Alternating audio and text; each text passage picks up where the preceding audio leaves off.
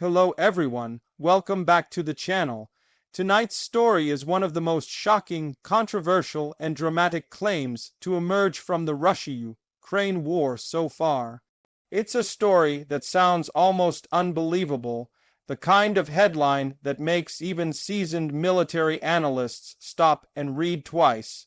Ukraine steals a brand new Russian Tu-160 strategic bomber, one of the most powerful nuclear-capable aircraft ever built, and then everything spirals out of control. This is not just a tale of espionage, sabotage, or battlefield tricks. This is a story about pride, propaganda, fear, and the brutal reality of modern warfare, where even the most advanced weapons are not immune to chaos. Whether fully confirmed, partially true, or exaggerated by information warfare, this narrative reveals something far more important: how fragile Russia's military dominance has become, and how daring Ukraine's operations have grown. Let's break it down carefully, step by step, because what you're about to hear has massive implications for the balance of power, nuclear deterrence, and the future of this war. To understand why this story matters, you first need to understand what the Tu-160 actually is. The Tu-160, known by NATO as the Blackjack, is not just another bomber. It is the largest, fastest, and heaviest supersonic strategic bomber ever built. This aircraft is a flying symbol of Russian military power. Designed during the Cold War, it was meant to terrify NATO, outrun enemy fighters, and deliver nuclear payloads deep into enemy territory. Only a very limited number of Tu-160s exist. Each one costs hundreds of millions of dollars. Every unit is maintained, heavily guarded, and strategically priceless. Losing even one is not just a military loss, it is a political and psychological disaster. In recent years, Russia proudly announced the production of brand new, modernized Tu-160M bombers. These were supposed to represent Russia's resurgence, proof that Moscow could still build elite strategic aircraft despite sanctions, economic pressure, and isolation. And then came the rumors. It began quietly, as these stories always do. Anonymous posts on Telegram channels, whispers among Ukrainian intelligence, slinked accounts, vague references to a special operation deep inside Russian territory. At first, analysts dismissed it as propaganda. After all, how could Ukraine possibly steal or capture a Tu-160? These bombers are based deep inside Russia, far from the front lines, surrounded by air defenses and military police. But then the narrative grew louder. Sources began claiming that a newly produced Tu-160, possibly undergoing testing, refurbishment, or transit between facilities, had become vulnerable. Some reports suggested insider sabotage. Others pointed to cyber infiltration. A few even claimed that Ukrainian intelligence had spent months preparing the operation, exploiting corruption, complacency, and Russia's overconfidence. According to these accounts, Ukraine did not steal the bomber in the Hollywood sense of flying it away during the night. Instead, they allegedly gained control over it in a far more subtle, devastating way. The claim is that Ukrainian operatives or sympathizers managed to sabotage, compromise, or partially seize control of critical systems tied to the aircraft maintenance data, software updates, navigation components, or even physical access while it was on the ground. Some versions of the story suggest that the bomber was disabled in such a way that it could no longer safely operate, effectively neutralizing it as a strategic asset. Other, more explosive claims suggest that Ukraine managed to extract classified technology, components, or data from the aircraft radar systems, engine designs, avionics, or missile integration details, and either smuggle them out or transmit them digitally to Western intelligence partners.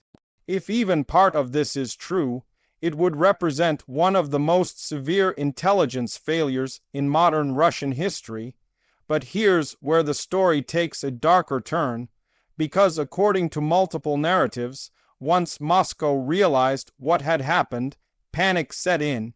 Russian military leadership reportedly launched an internal investigation of massive proportions. Officers were detained, engineers were interrogated, entire units were placed under suspicion, flights were grounded. Security protocols were rewritten overnight, and then something happened to the bomber itself. Some reports claim that the Tu-160 was destroyed deliberately by Russian forces. The reasoning: better to destroy a compromised strategic bomber than risk its technology falling into enemy hands or its systems being sabotaged for a future disaster. Other versions claim the aircraft suffered a mysterious accident, a fire, a systems failure, a testing mishap.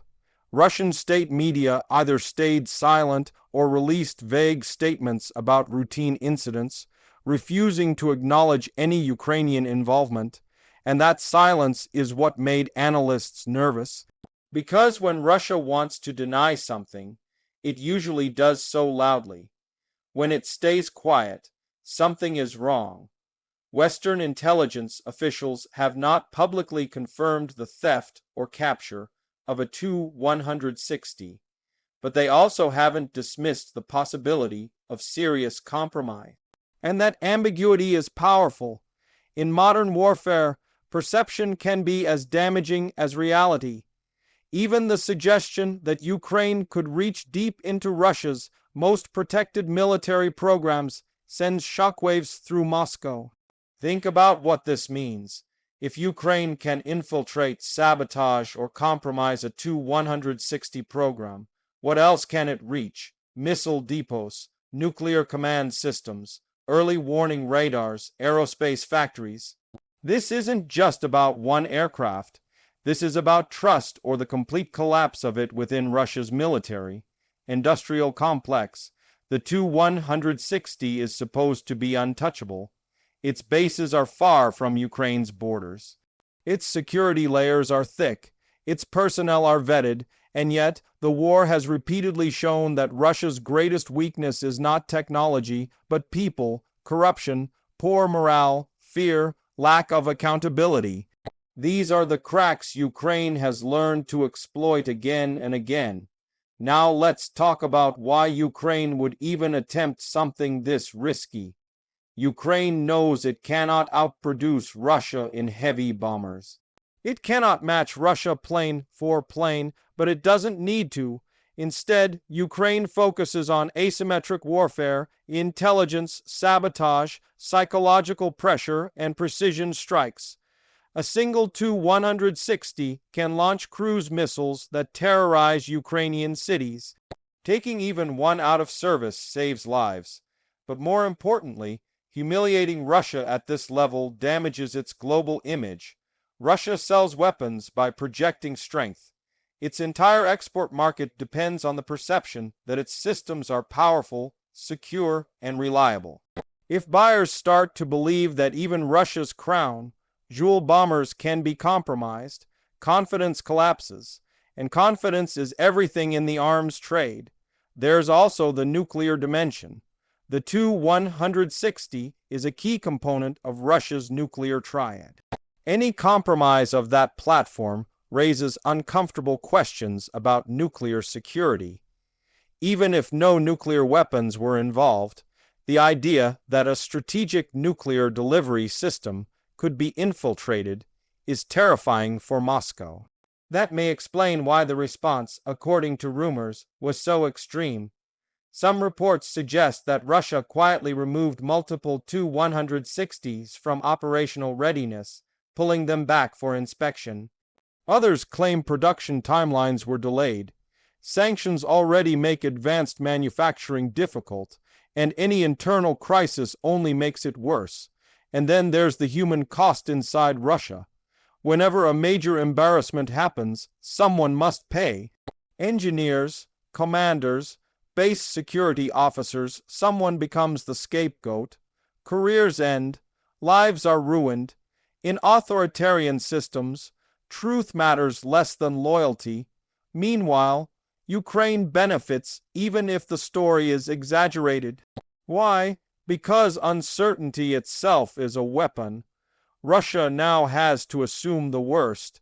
It must tighten security, slow operations, and divert resources to internal defense.